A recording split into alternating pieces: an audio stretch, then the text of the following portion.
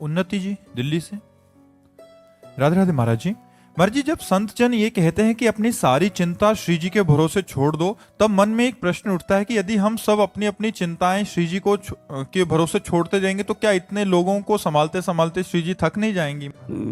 एक आदमी ट्रेन में डिब्बे पे दौड़ रहा था, डिब्बे में, तो एक आदमी ने पूछा है भाई तू दौड़ क्यों रहा है? तो मुझे बहुत जल्दी अगले स्टेशन जाना है। अरे बोले तू बैठ जा, ट्रेन दौड़ रही है।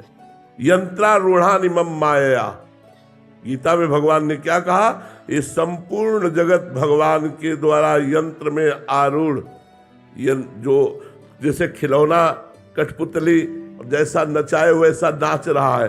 तुम तो व्यर्थ में चिंता करो, वो व्यर्थ में डिब्बे में दौड़ रहा है, उसके दौड़ने से ट्रेन में क्या फर्क पड़ेगा, यात्रा में क्या फर्क पड़ेगा? वो तो व्यर्थ में थकान ले रहा है, तुम व्यर्थ में चिंता की थकान ले रहे हो। पूरे विश्व की चिंता तो भगवान को है। पूरा विश्वम्बर सबके जगत में जितने भी चराचर जीव है, तुम अपनी चिंता कर रहे हो। पशु पक्षियों को, जड़ चैतन्य को, सबका भरण पोषण कौन कर रहा है? वही विश्वम्बर। चिंता तो व्यर्थ में ले रहे हो तुम, व्यर्थ। तुम्हारे किए क्या हो रहा है? जो होना है वही होगा, जो नहीं होना है वो नहीं होगा। तुम भजन कर लो, धर्म कर लो, परोपकार कर लो, भगवान का आश्रय लेकर अपना जीवन सुधार लो, चिंता मत करो। श्री जी में चिंता का कहीं प्रवेश नहीं है। बिना चिंता के वो सबकी चिंताओं का हरण करने वाली चिंतामणि प्रणवताम ब्रज नागरीणाम, वो चिंतामणि है, वो स्वयं चिंतामणि है। अमित गर्ग जी। राधे राधे महाराज जी। महाराज जी, संसार में हम अक्सर देखते हैं कि जो लोग छल कपट या असत्य के मार्ग पर चलते हैं वे बाहरी रूप से अधिक सुखी, सफल और सम्मानित दिखाई देते हैं, और वही जहां जो मनुष्य सत्य, निष्ठा और धर्म के पथ पर चलता है उसे अधिक संघर्ष, जिसको मृत्यु दंड दिया जाता है उसकी आखिरी इच्छा पूर्ति की जाती है। नहीं की जाती ना? इनकी आखिरी इच्छा पूर्ति हो रही है। ये जो पाप कर्म कर रहे हैं, ये धर्माचरण कर रहे हैं, इनके पुण्यों का नाश हो चुका है। कुछ पुण्य बचे हैं, वही आखिरी इच्छा पूर्ति हो जा रही है। इसके बाद सर्वनाश हो जाएगा, विनाश हो जाएगा। यहाँ न को कुल रोवनिहारा, राम विमुख असहाल तुम्हारा। मंदोदरी जी रावण को देख करके जब बिखरी खोपड़ियां और भुजाएं पड़ी हैं तो सोच रही है वही रावण है। जब चलता था तो पृथ्वी कांपती थी, चलत दशानन डोलत अवनी, भुजाओं को ठोक देता था तो लोक के लोक खाली हो जाते थे। आज वही रावण बंदरों के पैरों की ठोकर में उसकी खोपड़ियां फुटबॉल की तरह दौड़ रही मैदान में। तो कहा राम विमुख असहाल तुम्हारा, रहा न को कुल रोवनिहारा। तुम्हारी आखिरी इच्छा पूर्ति की जा रही है। जैसे मृत्यु का दंड देने वाले पूछा जाता तुम्हारी आखिरी इच्छा क्या है? बोले हमको ये खवा दो, ये दिखा दो। अब तो वो खवाया जा रहा है तो देखकर कुछ ये मतवालों के सुखी है। अब वो गड़ासे के नीचे जाने वाला है, अब उसका नाश होने वाला है। दीपक की तरह जलो, धर्म पूर्वक चलो तो कुल परंपरागत चलोगे, हाइलोजन की तरह जलोगे फ्यूज हो जाओगे। अधर्माचरण करने वाला हाइलोजन की तरह प्रकाशित होता है, फ्यूज हो जाता है, क्योंकि उसके सुकृत नष्ट हो जाते हैं। इसलिए ये देखो मत कि वो पापाचरण करते हुए उन्नति को प्राप्त हो रहा है। ये समझ लो उन्नति को नहीं, वो नाश को प्राप्त हो रहा है। धर्माचरण करते हुए वो दुख को प्राप्त हो रहा है, वो दुख को नहीं, उसके पाप नष्ट हो रहे हो। आगे चलकर बहुत सुख को प्राप्त होगा। जैसे दुर्योधन बड़ा फूला हस्तिनापुर के सिंहासन के लोभ में, चूंकि पिता बैठे हुए थे, मनमानी दुर्व्यवहार किया पांडवों के साथ। परिणाम क्या हुआ? हस्तिनापुर के चक्रवर्ती सम्राट पर महाराज युधिष्ठिर बैठे और एक भी भाई जीवित नहीं बचा, सब मारे गए। अधर्माचरण करने वाला परिणाम में नाश को प्राप्त होता है, और धर्माचरण करने वाला भले दुख भोगे, परिणाम में विजय को प्राप्त होता है, सुख को प्राप्त होता है। ये बात बैठा लेनी चाहिए।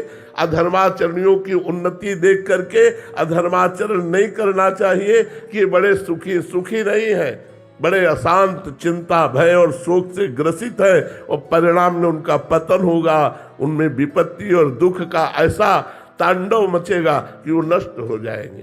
महाराज जी, आप तो सबके हृदय की अंतःकरण की स्थिति को जानते हैं। महाराज जी, ऐसे जनों की अंतःकरण की स्थिति बड़ी भयावह, बड़ी गंदी होती है, बड़ी गंदी होती है। बाहर से नकाबपोश की तरह मुस्कुराते दिखाई देते हैं, हंसते दिखाई देते हैं, अंदर जलते हैं। क्योंकि जब तक चित्त धर्म से नहीं चलेगा तब तक शांति, निर्भयता, सुख, विश्राम ये प्राप्त नहीं हो सकता, कदापि प्राप्त नहीं हो सकता। जीवन भर जलते रहते हो, मरने के बाद नरक में जलाए जाते हैं, नरक में दुख भोगना पड़ता है। इसलिए पाप से डरो, अधर्माचरण से डरो, यही दुख भोगना पड़ता है। नरक की तो बात जाने दो। अवश्य में भोक्तव्यम कृतम कर्म शुभाशुभम, जो शुभ और अशुभ कर्म किए जाते हैं उनका भोग भोगा जाता है। इसलिए पापाचरण से डरो, पापाचरण मत करो। देखो, बचपन से भजन मार्ग में लगा हूं, किसी जन्म का पाप कर्म हमारे ऊपर लागू हुआ तो दोनों किडनी फेल हो गई। कर्म, भीष्म जी इतने बड़े महाभागवत बाल ब्रह्मचारी धर्मात्मा, 6 महीने बाणों की सैया पर। कर्म अवश्य में भोक्तव्यम, भोगना पड़ेगा। फिर जो पाप कर्म कर रहे हैं उनकी तो बात जाने दो। महाराज जी, परिवार पे भी इसका असर पड़ता है? हाँ, क्यों नहीं, संबंध का तो होता ही है। अगर तुम कोई क्राइम करो तो तुम्हारे पूरे परिवार को प्रताड़ित किया जाएगा। कहाँ है बताओ? यहां तक कि रिश्ते नातेदारों के घर भी छापा पड़ेगा, रिश्ते नातेदारों को भी प्रताड़ित किया जाएगा। संबंध का तो दंड मिलता ही है या संबंध का पुरस्कार मिलता है। अच्छा कार्य करने वाला राजकीय कर्मचारी तो माता पिता रेल में फ्री, संबंध का ही तो उसको सुविधा मिल रही है, संबंध से ही उसे दुख और दुविधा मिलती है। जो पिता अधर्म आचरण कर रहा है तो बच्चे भी उसका भोगेंगे? बिल्कुल, बच्चा करेगा तो बाप को भी भोगना पड़ेगा, बाप की भी निंदा होगी, उसको भी गालियां मिलेगी, समाज में उसको सर नीचा करना पड़ेगा। चाहे पिता का संबंध गलत हो या पुत्र का संबंध गलत हो, दोनों को भोगना पड़ेगा। अधर्म आचरण से आया हुआ धन भी प्रभावित, पूरे परिवार को शोकित करेगा, पूरे परिवार को शोकित करेगा। और दिखता है तो एक गाड़ी बंगला सब बन गया। ये सब बाहरी है, बाहरी है। ये कुछ दिन के बाद बाहरी भी नहीं रहेगा और आंतरिक भी नहीं रहेगा। आंतरिक तो जलते ही रहते हैं, बाहरी है ये कुछ दिन के लिए है, कुछ दिन के लिए है। देवकी वसुदेव जी को हथकड़ी में डाले हुए कुछ दिन के लिए समय है उसका, सुकृत जब तक है तब तक ठीक है। केस पकड़कर पूरी सभा में पटक पटक कर कंस को मारा, जो महाबली था। ऐसा बलि था कि जरासंध प्रसन्न होकर अपनी 2 पुत्रियों का ब्याह किया था। तो जब तक पुण्य है तब तक धर्मात्मा पुरुष को दुख दे लो और पाप कर लो, और जिस समय तुम्हारे पुण्य नष्ट होंगे, विध्वंस हो जाओगे, किसी कार्य में तुम सफल नहीं हो पाओगे। अभी तुम्हारे पुण्य इसलिए सफलता दिखाई दे रही है। जी, पापाचरण वालों को तो समझ आया, बट ये जो धर्म आचरण कर रहे हैं फिर भी दुखी हैं, इनका क्या रहस्य है? पूर्व जन्म के जो पाप हैं, अब उनके पाप का जो क्रम लागू हुआ है वो नष्ट हो जाएंगे। तो पूर्व जन्म के पुण्य और इस जन्म का पुण्य जब दोनों मिलेंगे तो ये सूर्य की तरह प्रकाशित हो जाएंगे, ये परमानंद को प्राप्त होंगे। और पापी पुरुष का वर्तमान में पुण्य खर्चा हो रहा है, जब पूर्व का पाप और वर्तमान का पाप दोनों मिल जाएगा तो ऐसा ब्लास्ट होगा कि सर्वनाश हो जाएगा। और इनके अंतःकरण की स्थिति क्या रही? शांत, प्रसन्न, भले दुख में है लेकिन प्रसन्न। देखो, 12 वर्ष का वनवास, 1 वर्ष का अज्ञातवास पांडवों को मिला, लेकिन साथ में ब्रह्म ऋषियों का संग। ये सौभाग्य कि बड़े बड़े ब्रह्म ऋषि भगवान की चर्चा सुनाते हुए उनको 12 वर्ष समझ में ही नहीं आया कैसे कट गए। उस समय उनका हृदय शांत, प्रसन्न, भगवत शरणागत, भगवत चिंतन परायण, बाहरी कष्टों की परवाह नहीं करते, धर्म में चलने वाले। ये अधर्मिक पुरुष लोग थोड़ी देर के लिए बाहरी सुखों को भोगते हैं, अंत में महादुख को प्राप्त होते हैं। इसलिए सबसे प्रार्थना है, पाप से डरो, अधर्माचरण से डरो। उन्नति धर्म पूर्वक हो तो स्वीकार करो, धर्म पूर्वक रुपया मिले तो स्वीकार करो। अधर्म रूपी धन, अधर्म रूपी उन्नति बिल्कुल स्वीकार न करो, वो तुम्हारे परिवार को और तुम्हारे को परम अशांति प्रदान करेगी। देव मेनालिया जी, राधे राधे महाराज जी।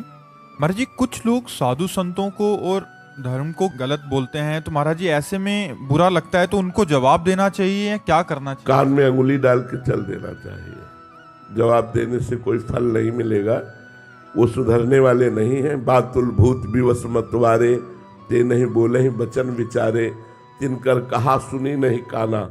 संत शंभु श्री पद अपवादा, कही सुनी तहाँ असमर्यादा, काटी जीव तास जो बसाई, श्रवण मुनि नत चले पराई। कोई भगवान शंकर की, भगवान हरि की, संत की, गुरु की निंदा कर रहा हो तो ताकत हो तो उसकी जबान बंद कर देनी चाहिए, नहीं तो कान में उंगली डालकर वहां से चल देना चाहिए। तो मुझे लगता है लड़ाई झगड़ा करने से अच्छा है कान में उंगली डालकर चल देना। जिस सभा में, जिस मित्रों के पास बैठने में संत निंदा हो रही हो, कान में उंगली डाल के चल दो। संत, हम मानते हैं इस बात को कि ये वेश ऐसा है कि इस वेश में जो नहीं आचरण कर पाते हैं वो लोग भी छुपे हुए हैं। मतलब अधर्माचरण से युक्त होकर इस धर्म रूपी वेश का आश्रय लेकर वो अपनी वासनाओं की पूर्ति करते हैं, मानते हैं। पर अगर नकली नोट होता है तो असली नोट भी होता है। ऐसा नहीं है कि नकली नोट बिना असली के बन जाए, असली की ही नकल होती है। तो अगर नकल है तो कोई असल है, अगर असल में है तो हम सब संतों की निंदा नहीं कर सकते। हमें चाहिए कि जहां संत निंदा हो रही हो, भगवंत निंदा हो रही हो, वहां से अपने को हटा लेना चाहिए, नहीं तो हमारे भी सुकृत नष्ट हो जाएंगे। भक्तन निंदा अति बुरी, भूल करे जिन कोय, किए सुकृत बहु जन्म के छिन में डारे खोए। भक्तों की निंदा सुनना और भक्तों की निंदा करना, ये बहुत जन्मों के सुकृतों का एक साथ नाश हो जाना है। साधु अवज्ञा तुरंत भवानी, कर कल्याण अखिल के हानि।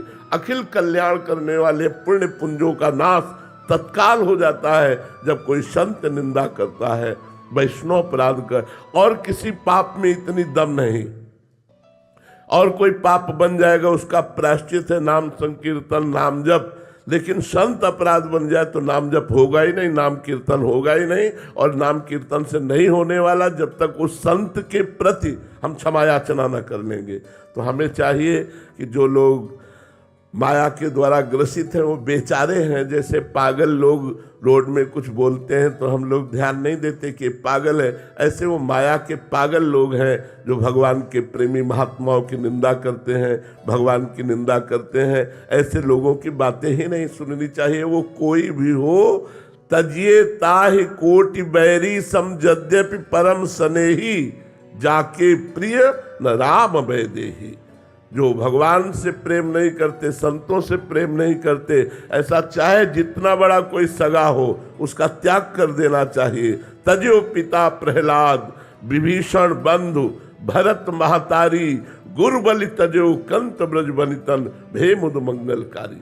प्रहलाद जी ने हिरण्यकश्यप का त्याग कर दिया, तजो पिता प्रहलाद। विभीषण जी ने रावण का त्याग कर दिया, भाई है, बंधु, इतना प्रिय है लगता है, लेकिन विरोध में खड़े होकर के छाती पे गदा मारी कि राम विरोधी तू है। भरत जी ने जीवन में कभी अपनी माँ को माँ नहीं कहा, क्योंकि भगवान श्री राम को 14 वर्ष वनवास देने के कारण उन्होंने अपनी माँ का त्याग कर दिया। भगवान वामन को भूमि दान के समय रोका गुरुदेव शुक्राचार्य जी ने, तो आज्ञा का उल्लंघन करके, गुरु आज्ञा का उल्लंघन, गुरु को त्याग करके उन्होंने भगवान को संकल्प किया 3 पग भूमि दान का। गुरु बलि तजो कंत ब्रज बनितन। ब्रजवासिनी गोपियों ने अपने पतियों का त्याग करके परम पति भगवान श्री कृष्ण का भजन किया। बोले भे मुद मंगलकारी, ये मंगलमय स्वयं और दूसरों का मंगल करने वाले हो गए। इसलिए तो जहाँ भगवान और भक्ति की निंदा, वहां से हट जाना चाहिए, नहीं तो अपनी प्रवीणता के द्वारा उसकी जबान बंद करनी चाहिए। उसकी काटी जीव तास जो बसाई, श्रवण मुनि न तो चले पराई। तो हम विरोध तो नहीं करेंगे, लड़ाई झगड़ा करना ये संतों का या भक्तों का कार्य नहीं होता। कान में अंगुली डाली चल दिया, तुम भोगो, तुम्हारा कर्म ही तुम्हें दंड देगा।